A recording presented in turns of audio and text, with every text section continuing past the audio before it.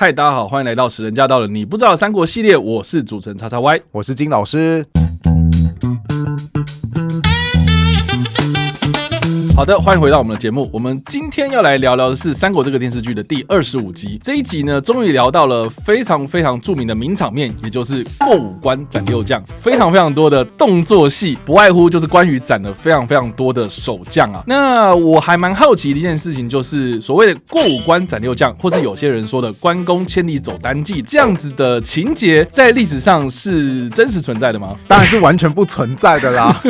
小时候看这段会觉得很过瘾，想说哇，关羽超威的，跟他打的人几乎都是被秒杀的状态，觉得说超屌超强的。可是长大之后去接触历史，甚至不用到接触《三国志》本文，稍微认识一下真实的战场状况，就会觉得说不对啊，这整个都很有问题啊，大家是不是脑袋都出问题的这个样子？那为什么会说脑袋出问题呢？首先讲嘛，关羽他为什么会离开曹操，是因为他得知了刘备的动向，我要去投奔刘备嘛，对不对？按照当时小说的说法是说，刘备人在河北地区，那关羽如果要去找刘备的话，要往哪边走？你要往北边走嘛。结果呢，关羽按照他的路线，什么第一关去了什么东岭关，那东岭关在哪边？其实我不知道啊，因为历史上好像也没有出现东岭关这个关卡。但是他第二站叫做洛阳，这个就可以知道说它的相对位置在哪啦。洛阳在许都的西北边，这边其实就有个问题，就是不对啊，你要去河北，你直接往北方走就好啦，你干嘛往西北方走？老兄，你是不是哪边有点怪怪的？重点是后来还去什么泗水关，然后呢又到什么荥阳这些地方，等于说他又绕往东北的方向，就是他拐了一个弯，然后到最后才去到他原本想要去的目的地。所以看地理位置的话，我就想说，关羽你干嘛就是要这么绕那么一大圈？所以这是第一个，就是地理上的不合理。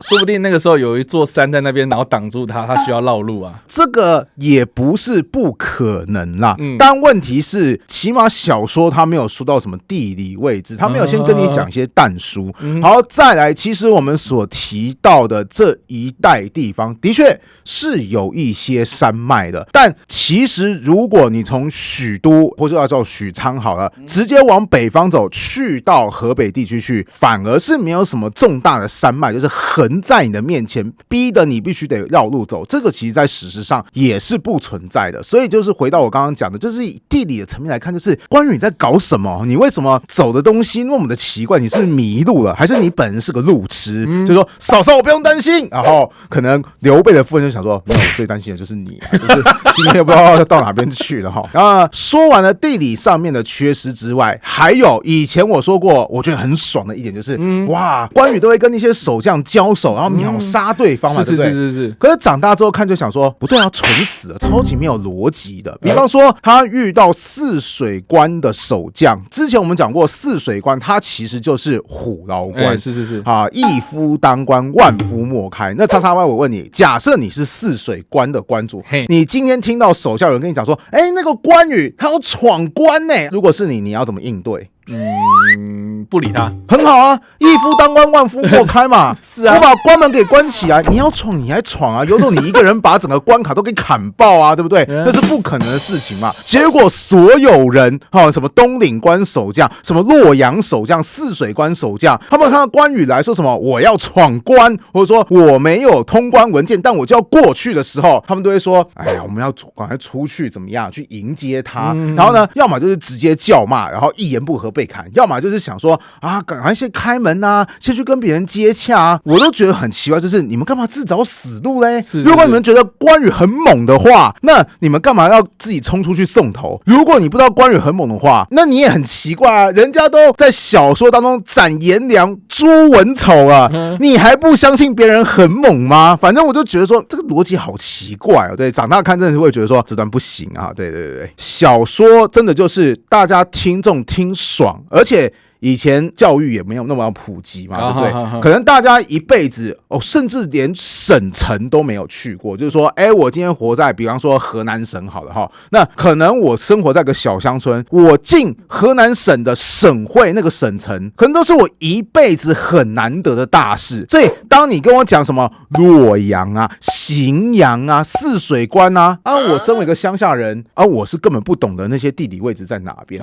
所以你今天跟我随便讲说今天关公怎么样，闯过了东顶关，你就觉得今天关公他闯过了天下第一大城洛阳，你会就觉得说好猛哦。反正你只要帮这些城市加上一些属性或者是一些 buff 存在，你就会觉得说听得好过瘾哦。我觉得这是那个明朝、清朝评书演义的年代最盛行的时候，可能有这样的社会环境。可是时过境迁，以及到我们这边的时候，大家最起码你地理位置不好，如果你真的是一个对小说对三国历史有兴趣的人的话，你用 Google 地图去稍微定位一下位置，你也知道说等一下，关羽你的路线怎么怪怪的。现在大家基础知识也都往上提升了嘛，最起码当然会玩电动嘛，对不对？你今天遇到一个超级强的敌军，你如果出城打不赢他，你会怎么样？绕路。对，你会绕路嘛，你会守家嘛，对不对？你怎么会出去送头呢？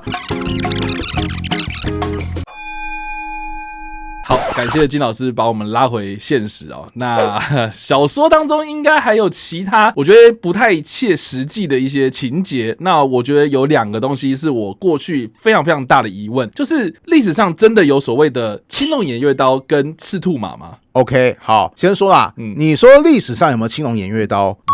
有吗？对，没有错。其实我们要把青龙偃月刀拆开看，有偃月刀。OK， 那所谓的青龙，就是说那个刀上面有画那个青龙的标示，所以叫青龙偃月刀。偃月刀历史上是真实存在的，但问题是它根本不适合实战，而且它也不可能出现在三国时代。怎么说？因为像偃月刀什么形状？我问一下，就是有单面刃的一个兵器嘛。对。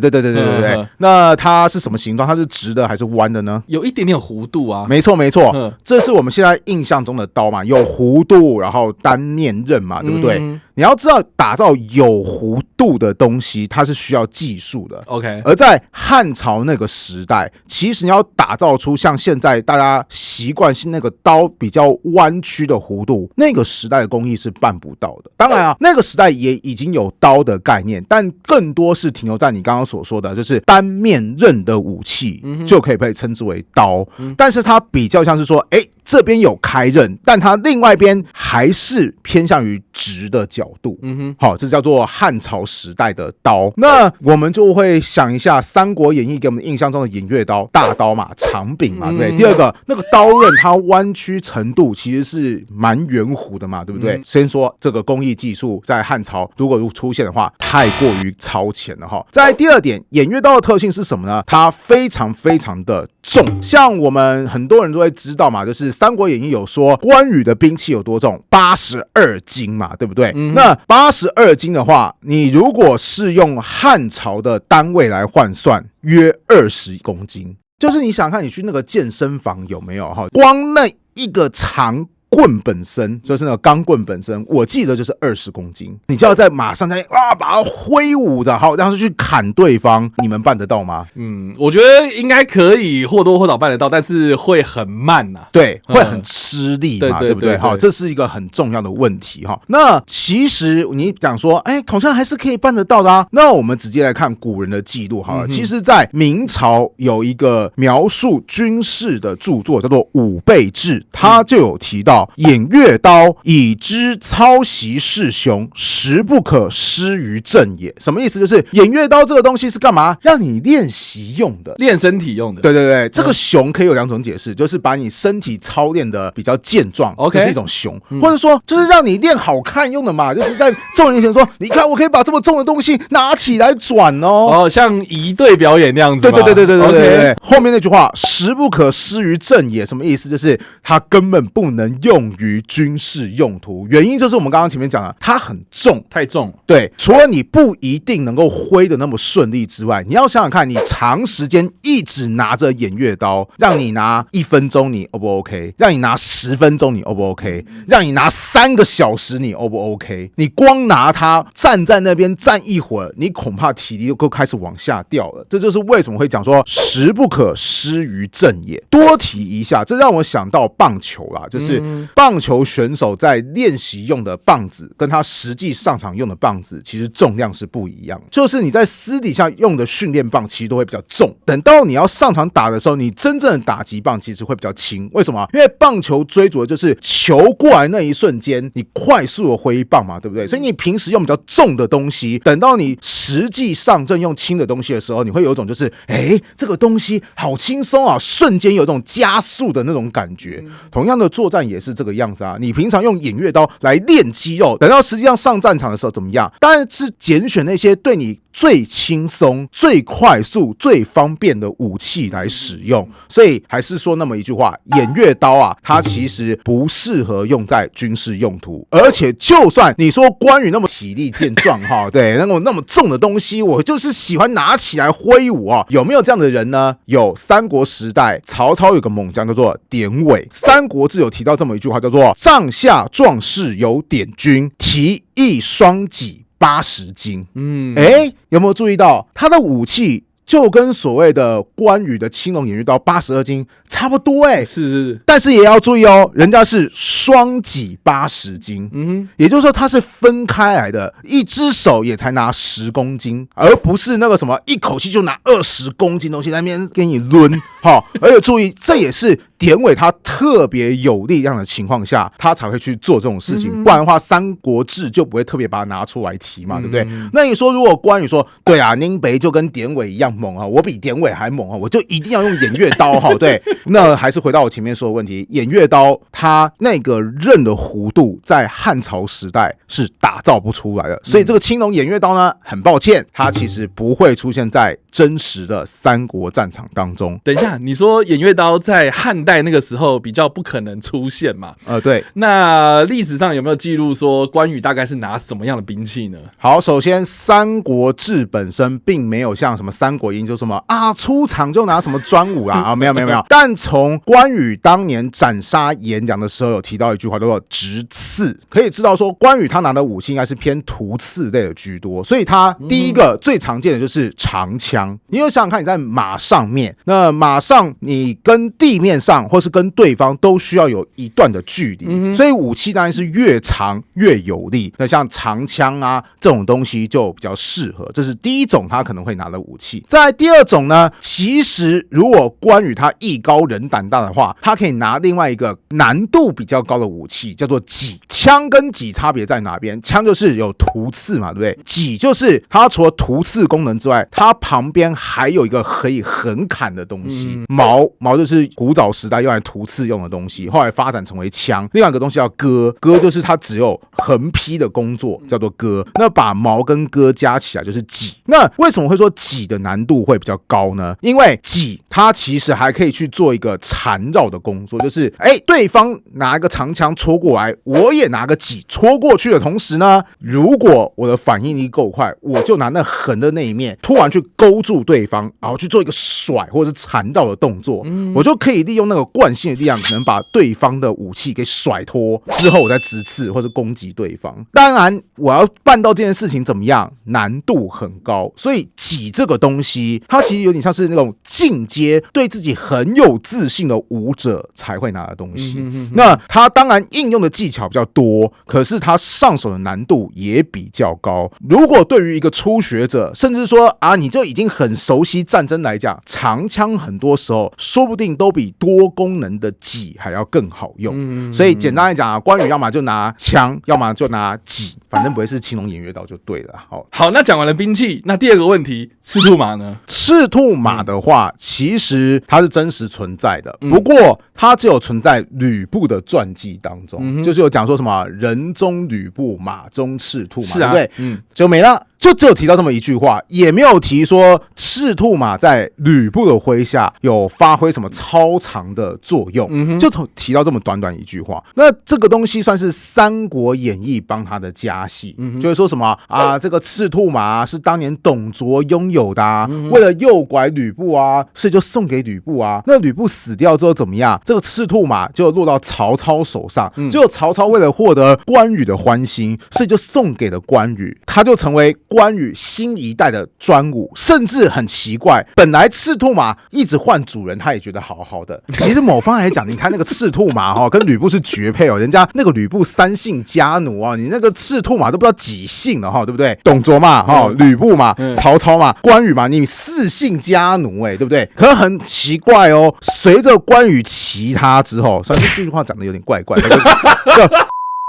关羽骑赤兔马骑了很久之后，后来《三国演义》还帮他加戏，就是关羽战死之后，后来的人就想说，太好了，我获得这个专武了嘛，我也要去骑他嘛，对不对？结果赤兔马表示说，我不想再被人骑了，他就活活饿死了。这是《三国演义》帮赤兔马设定的结局。就是好奇怪啊，他被关羽骑久了，心态也跟关羽差不多了。反正就是要凸显说，你看关羽他拥有最猛的刀，有最猛的马，然后呢，连这个马本身都被关羽熏陶成忠义的形象。所以这都是《三国演义》帮他的加戏，正史当中并没有提关羽特别骑什么马，甚至现在很多人会讲说什么啊，我告诉你哦，关羽啊他很高200多公分，这个依据从哪边来的？也是《三国演义》帮关羽的加戏，说关羽有9尺，身长9尺，对，一定超过200公分以上。所以嘛，当时曹操才会说，哎呀，云长啊，你的马怎么那么的瘦呢？然后关羽就说，因为我很常骑它，骑着骑着它就变瘦了。为什么？因为关羽他很高嘛，很重啊，对啊，所以呢，马一天到晚被他骑着，